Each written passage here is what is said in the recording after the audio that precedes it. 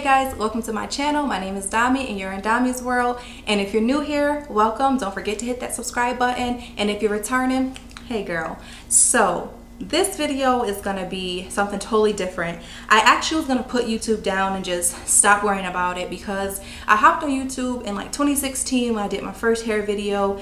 And I mean, obviously looking back at it now, it was complete trash can, okay? But it was the start of my YouTube journey, and I just realized that with my career and just, you know, planning for my wedding and just life happening, that I never took YouTube that serious and was never very consistent with YouTube. But then after I took a deeper look into everything, I realized that the beauty world on YouTube just wasn't really my thing. I mean, I'm a very clean face. I don't really wear makeup.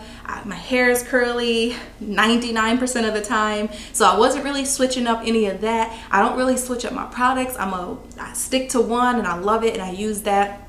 So it's kind of hard for me to keep up with the beauty world because things in the beauty world are consistently changing, and I know my beauty routine stays the same, especially after I found my staples. I really didn't switch it up after that. So I was kind of lost in the YouTube world, and I was like, you know what, I'm just gonna stop making YouTube videos and just, you know, get off Instagram. But then I realized that along my journey with me meeting people in the regular world, if you will, it was a lot of stuff that I was connecting with people, and I kept realizing that a lot of past traumas kept coming up, and a lot of things that I personally dealt with kept coming up in conversation with other people. And it just was a thing that it was like, wow, this is happening to so many people, or this happened to so many people. And it's like, I feel like I needed to finally share my story and be the voice and just be the connection for people to come find support. By no means am I a professional. I am not a doctor. I am none of those things. But one thing I am is I'm a victim, and I know how I got through all of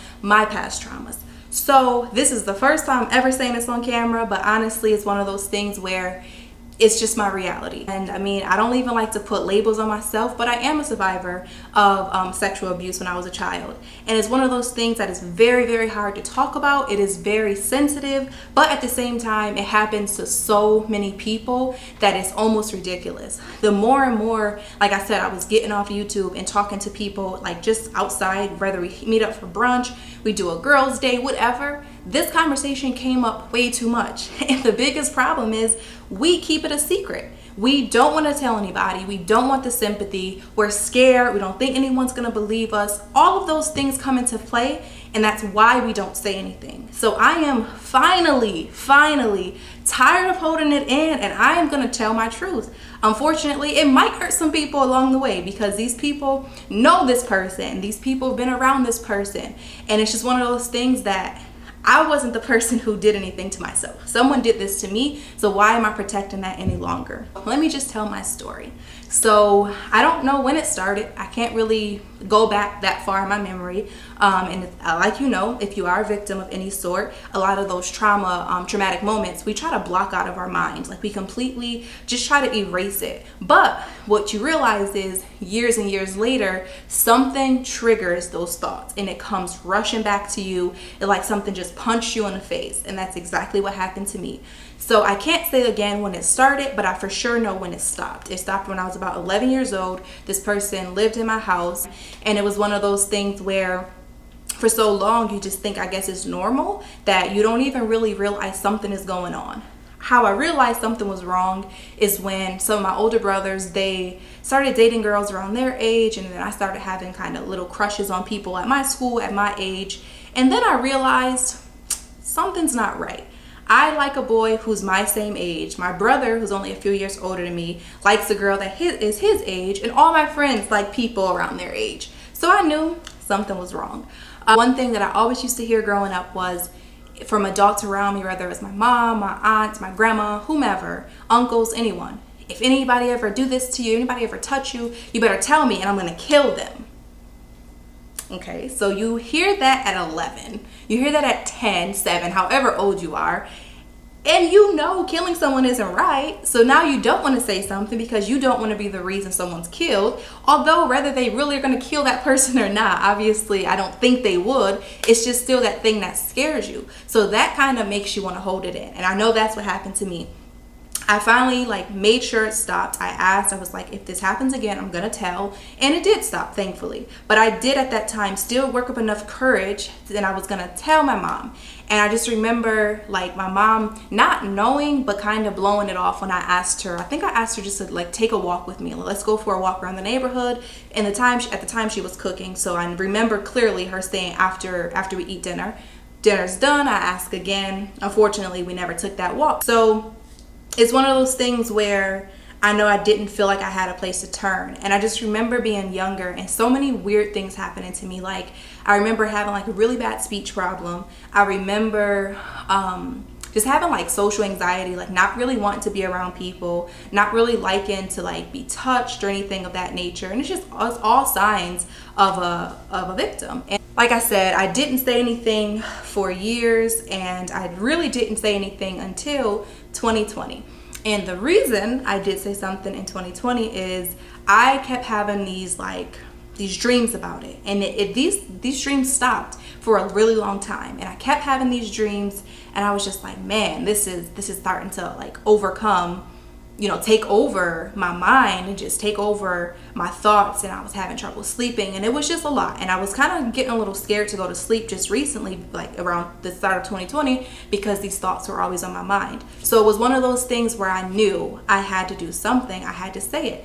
And it was like a clear sign from the man above, where I think he was preparing me to get ready to speak my truth, because I did find out about another victim from the same guy who assaulted someone else. And this someone else is still younger, so she's still a minor.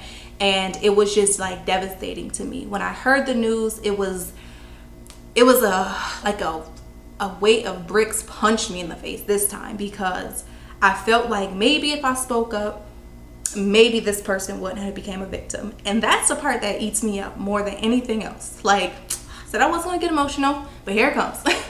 And it's so funny because for the longest time, I was able to overcome my own abuse. But now that I know it happened to someone else, and I feel as if because I was so silent on it, it happened to this person as well. That's why I think that part is eating me up. And that's something I need to overcome on its own. So this whole series is about overcoming our challenges, stopping our generational curses, because we all know we have them, where these things have been passed down for generation to generation. And I can just go back in my storyline up until my great grandma, where I know pretty much up until then, where she wasn't the best mom, unfortunately. And I know my grandma wasn't the best mom, unfortunately. She was an awesome grandma, I can tell you that. Love this woman to death.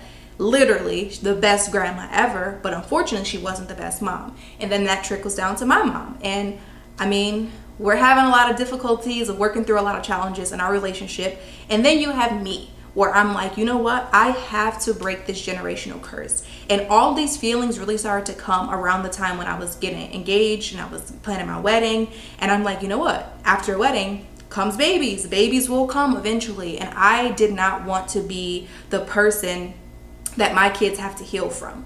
Now, by no means will I think I'll be a perfect mom. Never. No one's perfect, okay? But I didn't even want to put my kids in situations where they had to heal from me. I don't want my kid on camera 20 years from now talking about, man, I'm trying to break generational curses. I'm trying to break that now. So when I have kids, they don't even have to worry about the stuff that I had to deal with, my mom had to deal with, my grandma had to deal with, and so on. So here I am literally trying to break these curses, and the best way to do it is just to let everything out. And honestly, I felt so free after I told my story and just let it out. And not very many people know, so this YouTube video will probably be very surprising to a lot. But the first person that found out was my husband, of course, and that was the hardest person to talk to about any of this, because he has met this person, he knows who this person is, and it was just one of those things where we had to sit down and have this conversation. And of course it is secondary trauma that I had to get through with my husband, because now he's experiencing trauma, although we didn't even know each other way back then. It's just the fact of the matter that he knows someone hurt me and it hurt him. So of course, working through that with him, And then my brother found out, and he is like my protector. He's the one he's the one that will protect me day in and day out, no questions asked. So that was another, layer that we had to get through. And once I got through the layers with my husband and my brother, it was a lot easier to tell my story to others. So of course, a lot of my best friends started to know, some of my closer friends started to know, and I just started to break the news to people one person at a time. And it was just one of those things where along the way, I wish I would have handled a lot of this so different, because unfortunately, the laws don't really protect victims after a certain age. So for myself, when I found out this happened to someone else, I knew I needed some closure. I knew I wanted to see this person behind bars for as long as they could possibly get. So I called the DA's office. I tried to do everything legally.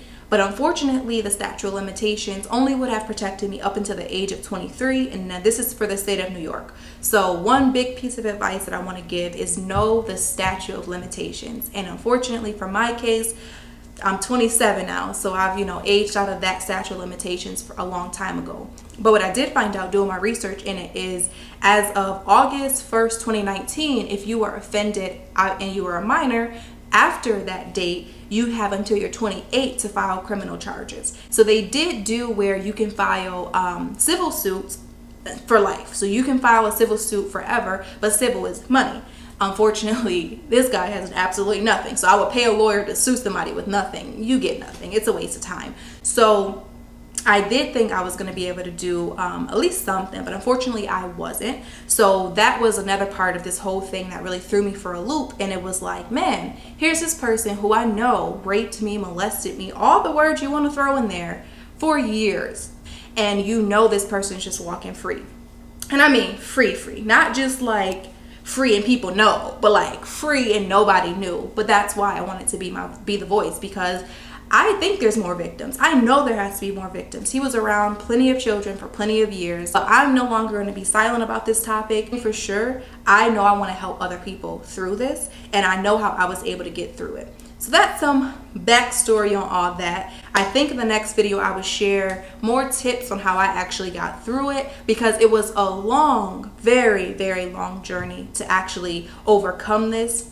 Although 2020 has been a heck of a year, and I mean a heck of a year, I've been able to honestly say that it is the most freeing year of my life, where I was able to get this burden off my shoulders and no longer carry it, and no longer just hold this weight of this thing that just trapped me for so long. So all that to say, this whole series is going to solely be about people overcoming things that they never thought they could. Like I said, moving forward, you guys know the backstory. We will get way deeper into it. But just the things that I know I overcame in my life is neglect, sexual abuse as a child, anxiety, depression, just super mood swings, just different, just always feeling the need to smile when I wasn't really happy. I am so over that now.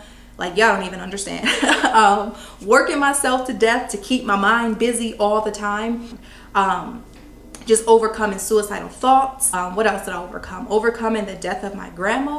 And I told you guys the abuse stopped around 11 years old. My grandma actually came to live with me when I was 11 years old. So put two and two together. My grandma was home all day long, all the time. And so she came and moved in with us after our grandfather passed away to help my mom with us. And it was probably the best thing that ever happened to me, because once she moved in, my abuse stopped. So I know my grandma passed away just this past March, and she never knew. So she didn't even know she came in and just like saved me. See, getting emotional again. Here we go. But my grandma came in and saved me completely, and she never knew that. And I mean, she went to her grave, unfortunately, not knowing, but at the same time, I knew, and that's all that really mattered. So overcoming the death of her is really, really hard.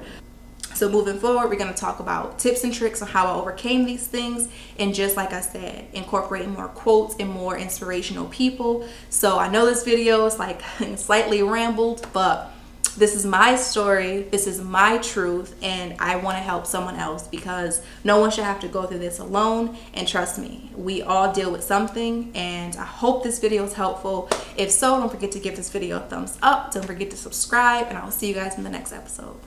Bye.